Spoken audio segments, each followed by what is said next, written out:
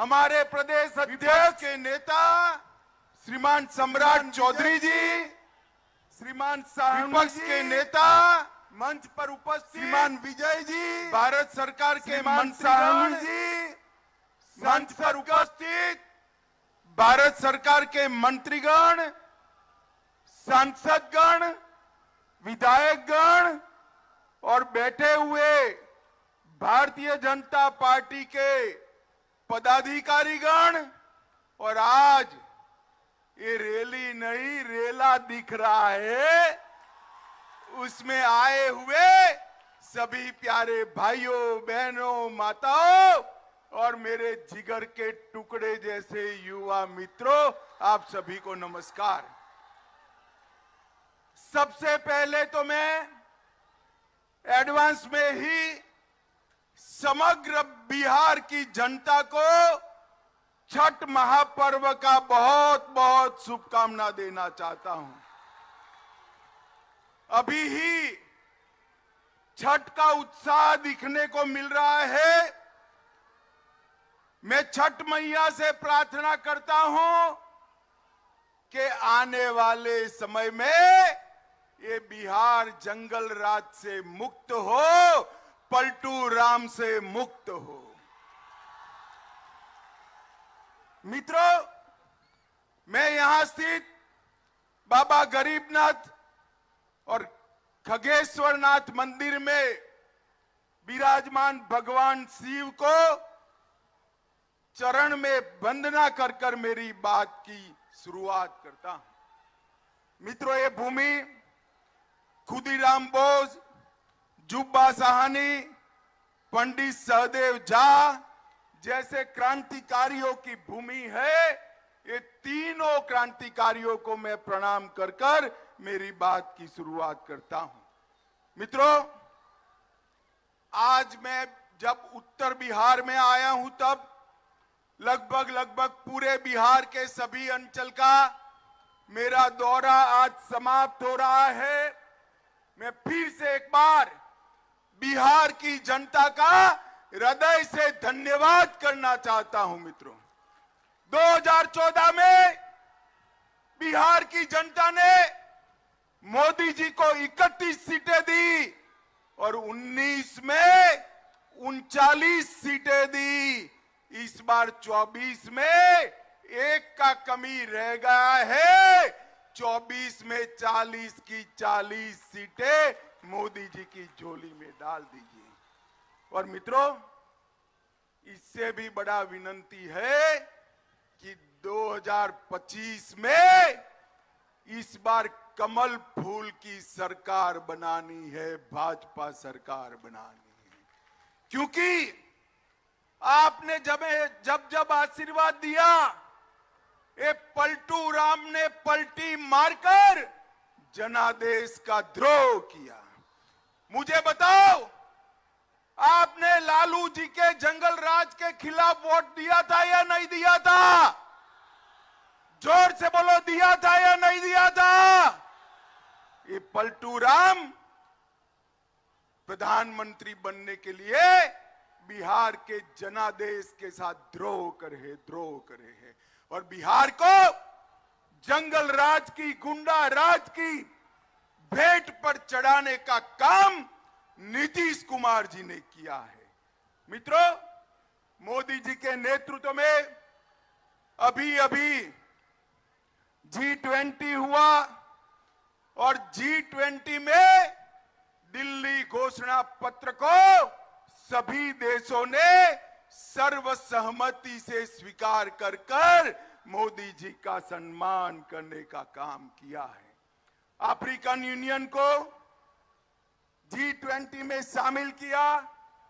आतंकवाद, climate change और biofuel alliance को सफलता मिली और मोदी जी ने सभी राष्ट्राध्यक्षों को राष्ट्रपिता महात्मा गांधी के समाधि पर, राजघाट पर श्रद्धांजलि दिलाकर समग्र देश का गौरव बढ़ाने का काम किया है।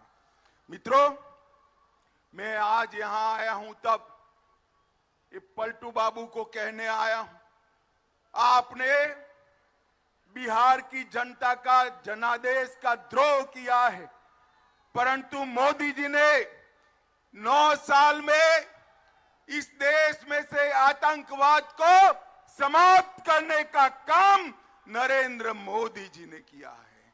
मुझे बताओ बिहार वालों, कश्मीर हमारा है या नहीं है?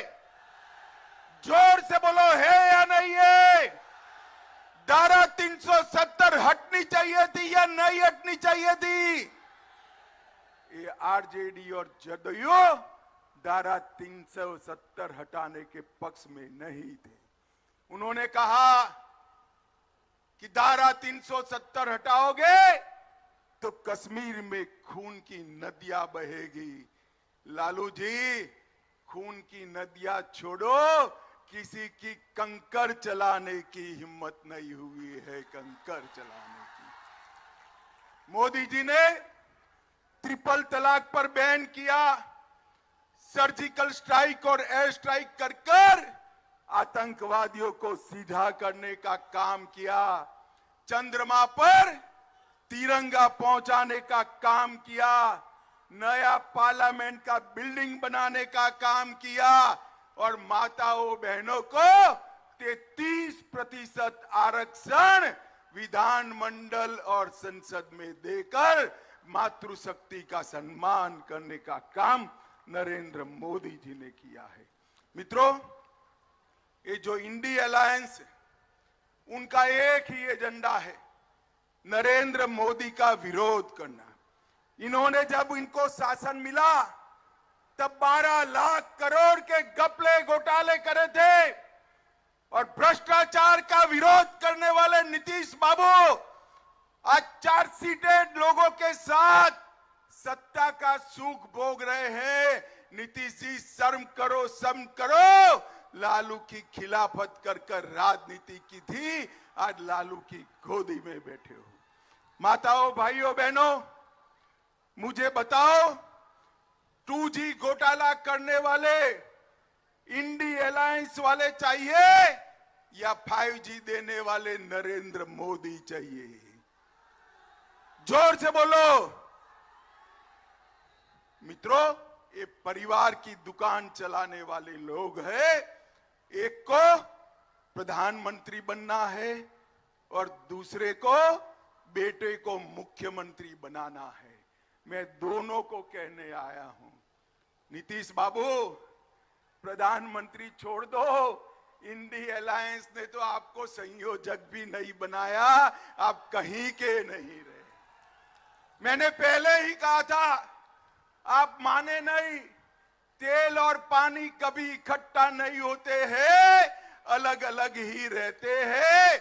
आगे भी देखिए लालू जी आपकी क्या गत कर रहे हैं, क्या गत कर रहे हैं। और अब हर रोज छटपटा रहे हैं। लालू जी से निकलना तो है, मगर रास्ता नहीं बचा है। कभी कांग्रेस को गाली बोलते हैं, कभी कार्यक्रम में नहीं जाते हैं, मगर उनके पास कोई रास्ता नहीं बचा है। माताओं, भाइयों, बहनों, 2 प्रकार के जैम है। बीजेपी सरकार का जैम है जनधन अकाउंट, आधार और मोबाइल, और बिहार सरकार का जैम है जातिवाद और परिवारवाद, अपराध और माइनॉरिटी का तुष्टीकरण। आपने मोदी जी के जैम के पास जाना है, आगे नहीं जाना है। मित्रों, अभी अभी ये गठबंधन वालों ने बिहार की जनता को गुमराह करने के लिए पिछड़ा समाज के खैरखा होने की बात करी। आज मैं बिहार के पिछड़ा समाज को कहने आया हूं, इनके झांसे में मत आइए। ये जो सर्वेक्षण करा है नीतीश जी ने, सर्वेक्षण करने का फैसला हुआ तब भारतीय जनता पार्टी नीतीश सरकार में हिस्सेदार थी और भारतीय जनता पार्टी का ये फैसला था। और मित्रों, सर्वे में क्या किया? यादव और मुस्लिम आबादी बढ़ाकर ईबीसी की आबादी को कम किया। अति पिछड़ा को अन्याय करने का काम ये लालू नीतीश की जोड़ी ने किया है। मित्रों, इन्होंने हमेशा पिछड़ा समाज का कांग्रेस ने बहिष्कार भी किया, विरोध भी किया, और मोदी जी ने हमेशा पिछड़ा समाज का सम्मान करने का काम किया है। माताओं, भाइयों, बहनों, मोदी जी के मंत्रिमंडल में 27 मंत्री, जोर से बोलो कितने मंत्री? 27 मंत्री ओबीसी समाज से हैं। 35% से ज्यादा मोदी जी ने ओबीसी कमीशन को संवैधानिक मान्यता दी है। लालू जी अब 10 साल तक यूपीए सरकार में थे, ओबीसी कमीशन को क्यों संवैधानिक मान्यता नहीं दी? इसका जवाब बिहार के पिछड़ा समाज को लालू यादव दे। नरेंद्र मोदी जी ने पिछड़ा समाज की सूची को राज्यों को निर्णय करने का संवैधानिक अधिकार दिया है, और इसके साथ साथ केंद्रीय विद्यालय, नवोदय विद्यालय और सैनिक स्कूल में ओबीसी समाज को, पिछड़ा समाज को 27% आरक्षण देने का काम नरेंद्र मोदी जी ने किया है। आईआईटी में सारे पिछड़ा और ईबीसी वालों का फीस माफ किया। नीट की परीक्षा में, मेडिकल के दाखलों में ओबीसी समाज और अति पिछड़ों को आरक्षण की व्यवस्था की। पेट्रोल पंप और गैस एजेंसियों में पिछड़ा समाज और अति पिछड़ा समाज को 27% आरक्षण दिया। प्री मैट्रिक और पोस्ट मैट्रिक छात्रों की वित्तीय सहायता की, और डीबीटी के माध्यम से सीधा बैंक का खाते में फीस भेजने का काम नरेंद्र मोदी जी ने किया है। मैं आज बिहार के ईबीसी और ओबीसी, पिछड़ा और अति पिछड़ा दोनों समाज को कहने आया हूं, ये सर्वे जो है ये छलावा है। हमने इसका समर्थन किया था, मगर हमें नहीं मालूम था लालू जी के दबाव में यादव और मुस्लिमों की संख्या बढ़ाकर अति पिछड़ा को अन्याय करने का काम ये नीतीश कुमार और लालू करेंगे। माताओं, भाइयों, बहनों, मोदी जी ने आज देश के 60 करोड़ गरीबों को आगे आने का रास्ता प्रशस्त किया है। और ये कहते हैं इंडी अलायंस वाले, जितनी जिसकी आबादी इतनी उसकी हिस्सेदारी। तो ठीक है लालू जी, सबसे ज्यादा आपके सर्वेक्षण में इकोनॉमिकल बैकवर्ड आया है। क्या आप घोषणा करोगे कि इंडी अलायंस का मुख्यमंत्री अति पिछड़ा समाज से होगा? इसकी क्या आप घोषणा करोगे? लालू जी मेरी बात का जवाब दे। मित्रों, इन्होंने हमेशा तुष्टीकरण करने का काम किया है। मुजफ्फरपुर, सासाराम, बिहार शरीफ, पूर्णिया, कटिहार, भागलपुर, इसके सहित समग्र बिहार में मुस्लिम तुष्टीकरण का काम किया है। इसको रोका न गया तो सीमांत क्षेत्र के अंदर बहुत बड़ी दिक्कत आने वाली है। मित्रों, पूरा बिहार गैंग वॉर का अड्डा बना है। भाजपा के नेता राजेश हांसदा की गोली मारकर हत्या की, और हर रोज अब अपहरण होने लगे हैं। फिर से लालू राज आ गया है। रोजगारी का 10 लाख नौकरी देने वालों लोगों ने रोजगारी की रैली पर लाठी चार्ज कर युवाओं को अपना असली चेहरा बताने का काम ये लालू और नीतीश ने किया है। माताओं, भाइयों, बहनों, ये मुजफ्फरपुर में 200 करोड़ से 100 बेड का कैंसर अस्पताल हमने बनाया। लीची को जीआई टैग मिला। और डाक टिकट पर शाही लीची को स्थान देकर मुजफ्फरपुर के किसानों को पूरे देश के अंदर बाजार देने का काम मोदी जी ने किया है। हमारी सरकार ने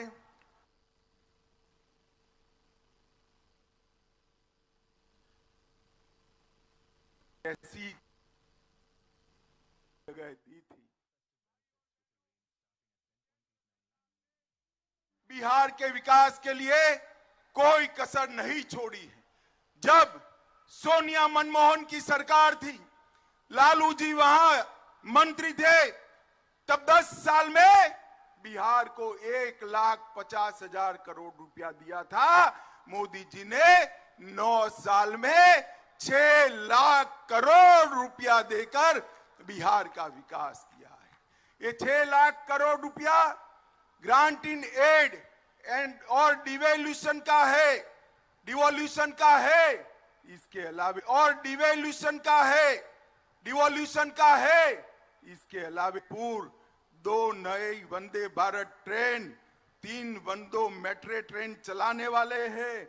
2584 करोड़ से 49 नए रेलवे स्टेशन, पटना का हवाई अड्डा और गया के हवाई अड्डे का आधुनिकीकरण करने का काम नरेंद्र मोदी जी ने किया है। और इसके साथ साथ मुजफ्फरपुर वालों ध्यान से सुनना, 86 लाख किसानों को हर माह 6,000 हर साल 6,000 रुपया नरेंद्र मोदी सरकार भेज रही है। 80 लाख गरीबों को 80 लाख से ज्यादा आयुष्मान भारत के लाभार्थी है। 1.3 करोड़ शौचालय बनाए हैं। 1.8 करोड़ 1,80 लाख गरीबों को प्रति माह 5 किलो अनाज प्रति व्यक्ति मोदी जी भेज रहे हैं। और मोदी जी ने कल ही ऐलान किया है अगले 5 साल तक ये गरीबों को और अनाज देने का काम भारतीय जनता पार्टी करने वाली है। 23 लाख गरीबों को गैस का सिलेंडर दिया और इसके साथ साथ 26,000 गरीबों को घर देने का काम भारतीय जनता पार्टी की सरकार ने किया। मुझे बताओ भाई, अंतिम बात मैं कहना चाहता हूं, मुजफ्फरपुर वालों जरा जोर से बताना, अयोध्या में राम मंदिर बनना चाहिए था या नहीं बनना चाहिए था? जोर से बोलो, बनना चाहिए था या नहीं बनना चाहिए था? ये इंडिया अलायंस वाले लालू, नीतीश, कांग्रेस राम जन्मभूमि के मंदिर को लटकाते रहे, अटकाते रहे, भटकाते रहे। मोदी जी ने इसका भूमि पूजन किया और 22 जनवरी 2024 को भव्य मंदिर में रामलल्ला की प्राण प्रतिष्ठा होने वाली है। मैं तो बिहार वालों को निवेदन करने आया हूं, 22 जनवरी को 12 बजे प्राण प्रतिष्ठा है। देश भर के मंदिरों में आरती होने वाला है। आप भी शामिल होइए और राम लल्ला की प्रतिष्ठा का स्वागत करिए, यही मेरा विनंती है। मुझे बताइए, आने वाले चुनाव में 2024 में